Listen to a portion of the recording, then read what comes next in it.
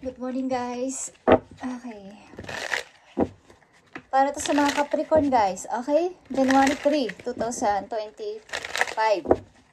Yes. January 3. And 2025 na tayo, guys. And Happy New Year sa inyo lahat. Pagamat late ng aking pagbati is Happy New Year pa rin sa inyo. Capricorn. Okay, tingnan natin ang inyong message.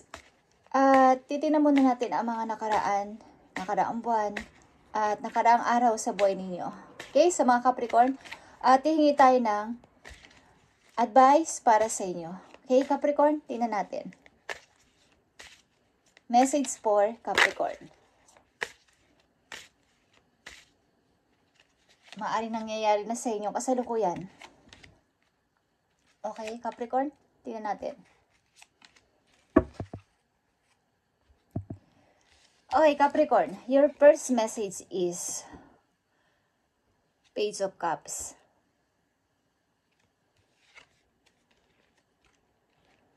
Offer for something from someone. Capricorn, but pinag-aaralan mo pa kung tatanggapin mo. Or, dyan muna. Pinag-aaralan mo muna kung itong tinanggap kong offer na to is, paano ko to mapapalago. Bilang isa kang mother or father or isa kang magulang na is pinag-aaralan mo na wag mo ka nang magkamali sa susunod mong mga pagdedesisyonan, lalo na ngayong 2025. Dahil punong-puno ka ng pagsisisi, maybe mga ilang taon o buwan, may mga pinagsisisihan kasi yung mga maling desisyon.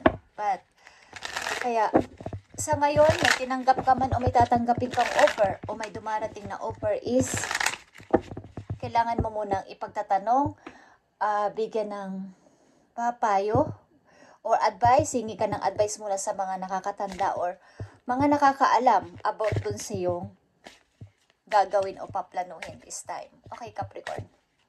Tingnan pa natin ang message for you.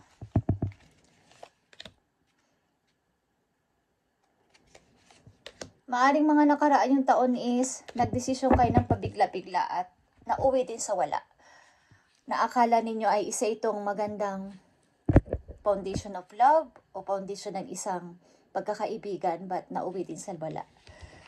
Kaya this time is may mga offer man na dumarating is something big or small offer man to is pinag-iisipan yung mabuti. Maring may offer din ng pag-ibig, guys, na nagbapadya sa inyo ngayong 2025. Capricorn, na isang tao din na galing sa nakaraan na gustong mag-sorry, gustong magbalik sa inyong buhay. Titingnan natin yan, guys. Okay, I need pa ng 2 messages dito. Maaring sa nakaraan ninyong taon o nakaraan ninyong buwan ito, okay? At nagpapatuloy sa kasalukuyan. Okay, King of Cups is here and Queen of Cups kanina is nandito din. Yeah. Nandito ka sa time o nandito ka sa situation mo ngayon na ang dami mong napagtanto, okay? Sa mga nakaraang mong buwan at taon bago pumasok ang 2025. At meron ka ng freedom to choose. Meron ka na ring freedom na bawa is mag-travel o umalis sa place mo, but nagdadalawang isip ka. Okay? 2 of Pentacles. So, titingnan natin to. Guys, tingnan natin ang inyong kasalukuyang maring situation. Capricorn. Sa mga Capricorn na nandito sa reading is sa inyong kasalukuyan, maaring nagiging matalino na kayo sa inyong pagdidesisyon at pagpipili. Sa anumang dumarating tao man to o isang trabaho is hindi na kayo padalos-dalos magdi-decide sapagkat parang kailangan dito ng pag-consider ng sasabihin ng ibang tao din, ng inyong mga anak, kung may mga anak kayo at pamilya nyo nakapalibot sa inyo. Hindi na kayo magdidesisyong mag-isa sapagkat ginawa nyo na to dati at akala ninyo ay solid na yung foundation na yon, solid na yung pamilya na yon, solid na yung trabaho na yon na pinili ninyo, but nauwi lang din sa wala sa pagtatapos. Okay, tingnan natin ang inyong message today sa mga Capricorn na nandito sa reading o bibigyan ng message ng inyong guides from heaven. January 3, 2025. Okay. January 3, 2025, message for Capricorn. Yeah. Kailangan nyo na magsaya this time, 2025. The sun is here, is ipagbunyi nyo ang inyong tagumpay, ipagbunyi nyo ang inyong kalayaan. As you, Capricorn, you are happy now maybe. Okay, meron kayong 5 of Pentacles dito. Pag-iipunan ng money o iisipin nyo na ang paggastos ng pera is kailangan ay bigyan nyo ng balanse. Hindi na kayo gagastos ng marami bukod sa inyong ang sahod nyo lang is ganito. Ito lang yung dumarating na money, but gagastos ako ng mas sobra pa dito is something na pag-aaralan nyo na sa inyong kasalukuyan. Queen of Swords. Magiging matalino na kayo sa inyong pagdedesisyon, sa inyong pagsasalita, at sa inyong mga iisipin this time. Kung hindi pa nyo ito naiisip, is ganito ang gawin ninyo guys. And Four of Swords. Pipilitin nyo na lumayo sa kalungkutan at patuloy sa paghihiling sa sarili. Kay Capricorn, tingnan pa natin ang mga message po yun na nagpapatuloy dito sa inyong message na to, papunta sa future. Tingnan muna natin ang inyong dapat gawin. Okay? Para sa mga Capricorn, January 3, 2025, message mo sa kanila. Thank you. Nakikita nyo villain o villain. You can always rewrite a story. Sapagkat paulit-ulit, okay? Paulit-ulit ang nangyayari sa inyo sa mga nakaraang taon sa buhay ninyo. Parang hindi nakakausad sapagkat kahit anong gawin nyo, naririnig nyo pa din yung mga nakaraan, naaalala nyo pa din, bumabalik-balik pa din sa isip ninyo yung mga nangyari sa inyo, okay? Capricorn, so ano mga dapat inyong gawin? Tignan natin.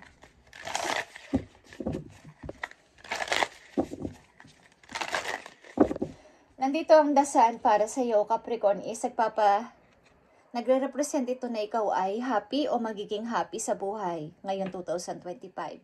At something na ang ilan sa inyo ay may anak na lalaki or magkakaroon ng anak na lalaki, guys. Kung kayo ay buntis, ang inyong pinagbubuntis ay lalaki. Okay? Ilan sa mga Capricorn. Okay, guys. Tingnan natin ang message para sa iyo. You can always rewrite the story. Ang dapat nyong gawin ay take a breather. Okay. Palayain nyo ang sarili nyo sa ganitong klaseng nararamdaman. Tension din, meron kayo. Capricorn, okay. Tingnan natin ang mga message sa inyo papunta sa future, guys. Pilitin nyo huwag masayang ang pera ang inilalabas ninyo, lalo na ngayon 2025 is isipin nyo na ang mga dapat nyong bayaran is bayaran nyo na kaagad. Para hindi na umabot sa due date o lagpas na is saka nyo palang maiisipan, lalo na kung may mga interest or may mga tubo yan. Okay guys, at sa mga pag-desisyon nyo is dapat ay isulat ninyo ang inyong mga iisipin, ang inyong mga paplanuhin ay galing na sa inyong mind papunta sa puso nyo. Capricorn, simula sa araw na to is tuloy-tuloy pa kayo mag-healing galing sa nakaraan. Maaring ilan sa inyo ay paulit-ulit sa inyong isip ang happy family sana. Okay, something naririnig ko. Tingnan natin ang message para sa inyo, Capricorn. It's all about money, guys. Is nahihirapan kayo sa money. So, wag nyong ngayon is 2025 na guys. Lalo pat January pa lang. Kauumpisa pa lang ng araw o petsa ng January is wag nyong hanggat maaari ay wag nyong aalisan ng laman ng inyong wallet. Okay? Kahit maliit lang yan na money is money pa din yan. Nagsisimula ang malaking pera sa maliit na sentabo. Diyan yung nagsisimula ang pag-count ng money. Okay. At wag niyo yung lalagyan ng resibo ang inyong mga wallet, guys. Ang inyong wallet ay kailangan is malinis ang loob. Huwag kayo mag-iipon ng receipt o resibo sa inyong wallet. Mga binayaran yung receipt, mga binayaran nyo sa supermarket or what is, tatapon nyo na kaagad. At maglagay kayo ng dahon ng laurel sa inyong wallet. Okay guys? At red ribbon sa inyong wallet kung gusto nyo lang. Katulad nito. Okay? At pag kayo nasa counter pa lang, nagbabayad is, kahit sa isip nyo lang, bumulong kayo na, thank you sa money na to.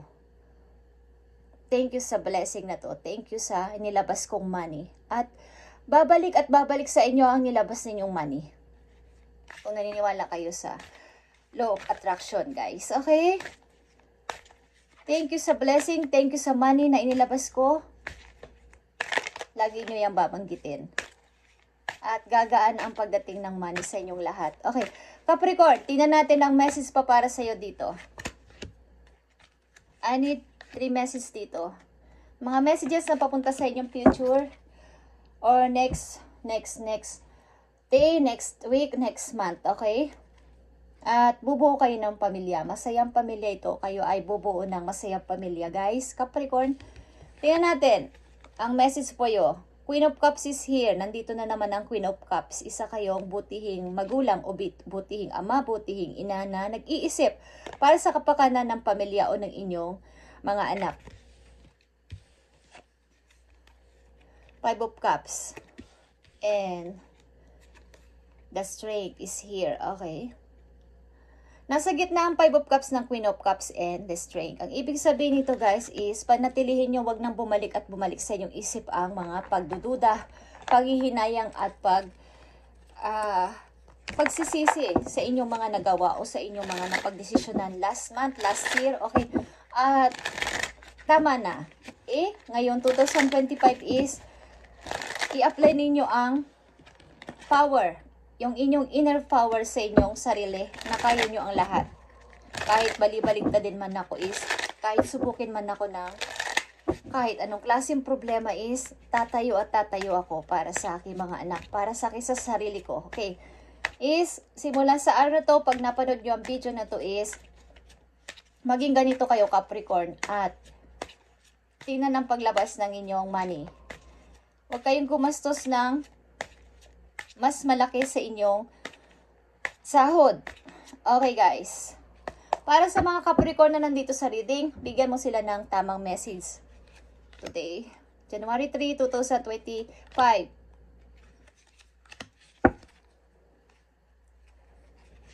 Queen of Wands is here and the Magician and the High Priestess. Okay, panatilihin ninyong kayo ay nasa inyong position at isang business-minded person. At mayroong baga humingi kayong knowledge sa inyong mga paplanuhin bago kayo magtaas ng inyong kamay, magkumpas ng inyong kamay para mag-decide is kailangan ninyong humingi o mag-ask ng help kay God sa inyong mga guides na kung saan kayo naniniwala basta nasa mabuti kayong side. Okay? Capricorn, tingnan natin ang message pa para sa inyo. 7 of Pentacles is here, pag-iipon ng money at pag-ignore sa mga tao nang aabala sa inyo at pagpili papunta sa tagumpay. The Chariot, dalawang path ng buhay na pipiliin ninyo para sa tagumpay. Almost nandito ka na, Capricorn, sa tagumpay o pagtatagumpay sa buhay. Kailangan mo na lang ay pumili ng mag-isip at pumili ng may pagkamatalino na pamamaraan. Okay. Baga, sa isang traffic light is naka-go signal na. But ikaw ay nakatulala pa din at naghihintay ang mga nasa likuran mo para ikaw ay umusad. But nagde-daydreaming ka, natutulala ka, so hindi ka pa nakakaandar o hindi mo pa kaya tapakan yung clutch para umandar yung sasakyan mo. Okay? So, nandito ka sa pamimili at pagmumuni-muni sa inyong kasalukuyan, maybe sa anumang itong offer, pag-ibig man to o trabaho. Papunta ka sa 10 of Pentacles dito. Pag-unlad sa iyong sarili at pag-unlad sa pagpapamilya. But meron ditong mga gumugulo sa iyong isip. Ay guys, Capricorn, andito ka na. Maganda ang pagpasok ng iyong 2025 sapagkat nandito ang The Sun. Nagpapatunay ng iyong kalayaan at pag-asa. Okay. Maaring may dealing sa iyong Leo, Capricorn. Nandito din ang malakas dito ang Cancer, Scorpio, okay, Virgo. At katulad mong Capricorn. Tingnan natin ang message pa para sa iyo dito. Capricorn, punta sa future na mga Capricorn, ibigay mo ang tamang message, spirit angels from heaven. Lord in heaven, universe. Okay. Huwag na kayo mag-overthinking, guys. Iwasan itong pag-overthinking, Capricorn, sa inyong kasalukuyan. Base of chakra is about ito sa inyong money, like I said. Okay. Pag-iipon ng money at pag-open ng mga chances para sa inyo. Ngayon 2025 at pagpapamilya, pagbuo ng isang masayang pamilya, paglipat sa bagong bahay. Isa katakda ito sa inyo. And may tao sa inyong lalapit at makikipagkaibigan galing sa nakaraan ulit hihingi sa inyo ng help. So, pakaramdaman ninyo kung kaya nyo pang tanggapin o kaya nyo magpatawad. But, kailangan dito ng pagpapatawad, guys, para sa inyong ikakabuti at ikakasaya ngayon 2025.